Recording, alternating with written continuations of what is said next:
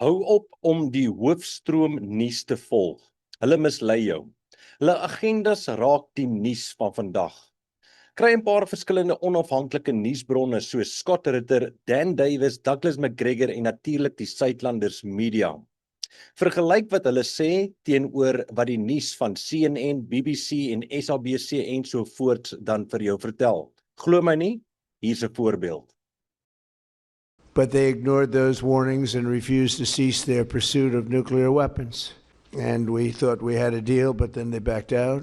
And they came back, and we thought we had a deal, and they backed out. I said, you can't deal with these people. You got to do it the right way. This is a regime change operation that's promulgated on lies, the lies of an Iranian nuclear threat. We know Tulsi Gabbard said there is no Iranian nuclear threat. One of the reasons why she articulated that was because she knew the stance taken by Ali Khamenei in his two fatwas. We also know that the Iranians signed a deal, were ready to sign a deal that gave up any potential of them possessing a nuclear weapon.